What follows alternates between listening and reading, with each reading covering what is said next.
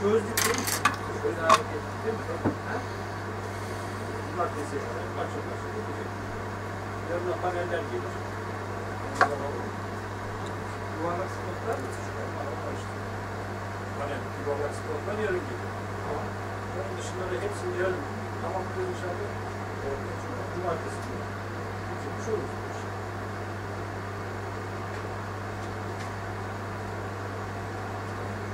Şey bilgisi, 29 Temmuz'da. 31'inde mi ödeyeceksin sen? Ödeyeceksin mi? Kesin ödeyeceksin. Vergi mi? Ha. Tabii. Vergiyi öderim. Kaç lira ödemen gerekiyor? Ya vergide şöyle bir tanesinin 3. taksit, hani onu atlatsak da olur galiba da, Evet. öbürü 2 başlayacak. Evet, diğerine kadar.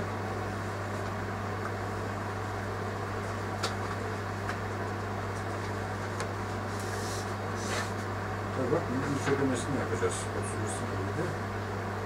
526.96. Ödeyeceğim mi? Ödeyim mi? Düş abi 660'dan 616'dan düş bakayım. Hiç olmazsa ilkini ödeyip başlamış oluruz. İyi niyetimizi gösteririz.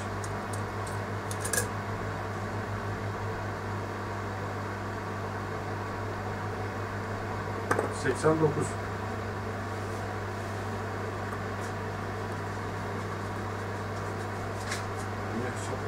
Doğru mu?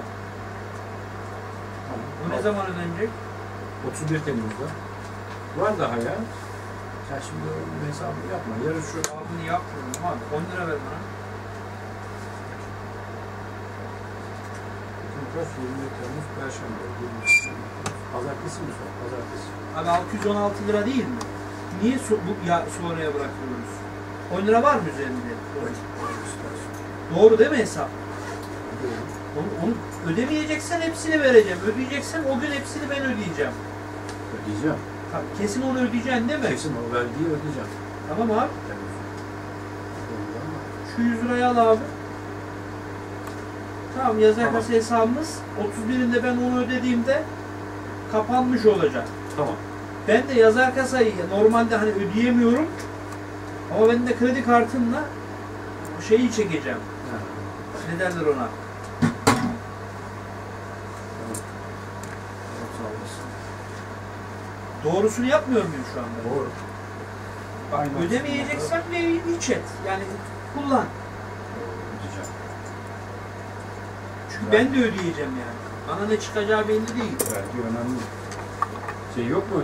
Şifren yok mu? Parola şifren diye Maliye Gov.tr'ye. Gönderecek taksi şimdi. Oradan bakıyorum.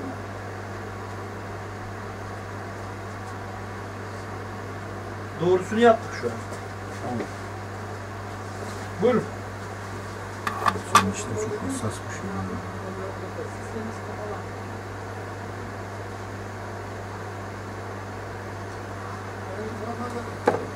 Hassas Yok, aşağıda idare ediyor Türksel işte. iletişim merkezi var. 10 lira olmaz. 16 lira falan veriyorlar herhalde en düşük.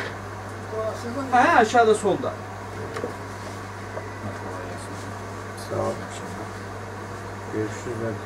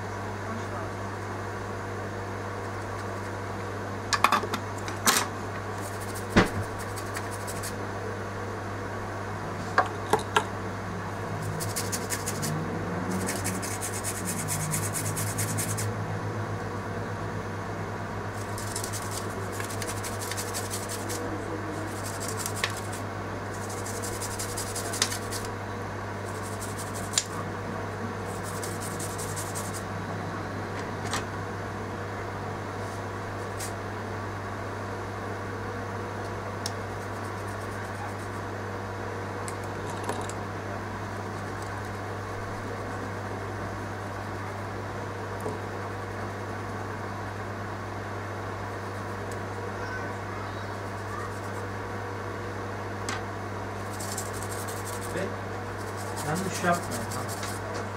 616. Ben yarın karttan ne çekersem kârdır benim için. He?